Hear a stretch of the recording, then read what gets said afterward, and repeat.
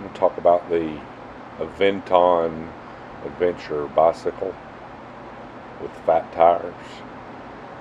My wife and I got these, and we really love them.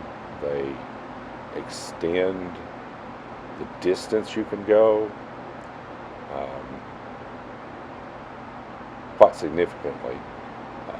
The blue one is hers, and you can see I've taken the battery out of that one for transport, and then I picked up the gray one, put a couple of bags on it, and what we're doing here is the batteries are so heavy, putting them on the rack is kind of difficult.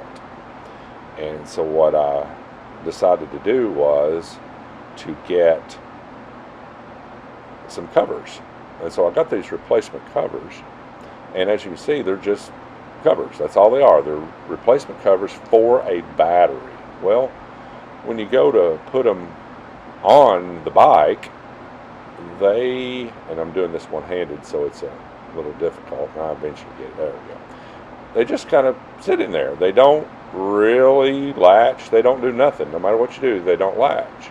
So I said, okay, what do I need to do?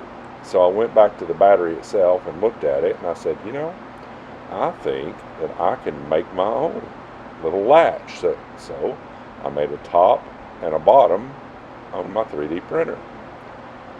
And here it is. I'm pulling this one up from my Bamboo Labs 3D printer, which is awesome, by the way. So here is my finished product. I've got this, my third iteration. That was, I think, the second or first or second. I can't remember. That one's heavy, and it thunks when you drop it, because it's done at 85% for some stability, and so whenever I put it in place with hot glue, effectively hot glue, and I think I might have used one screw or something, but I slid them in place, and then once I got it together, I'm able to, and here I am one-handed again. You got to turn the key, and I push it in place, and the way I have it made, again, the third time, there it is, done. I did the blue one so you can see what it looks like. I think I've got the bottom in there too, but anyway, guys, that's what I've come up with as a